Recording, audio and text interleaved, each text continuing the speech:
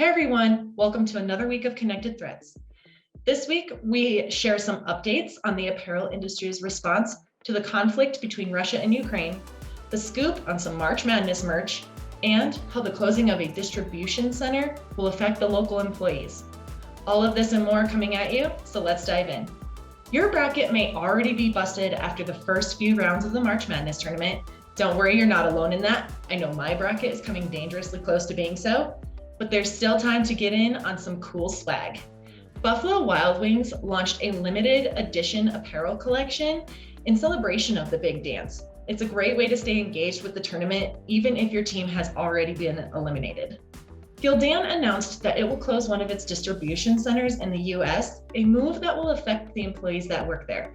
However, the company is not leaving those employees hanging. Click on the news link to learn more details. A few weeks ago, we shared just a few of the names of those in the apparel industry who are responding to the Russian invasion of Ukraine. Now, as the conflict continues to unfold, even more companies and more people are stepping up with fundraising and aid efforts.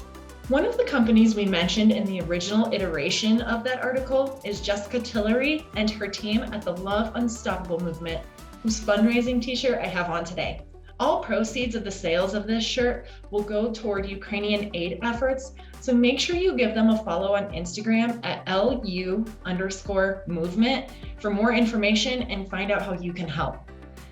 Before we bid farewell today, just a quick reminder that Printing United Alliance now offers a supply chain resource center for those printers who are out there still navigating the supply chain challenges.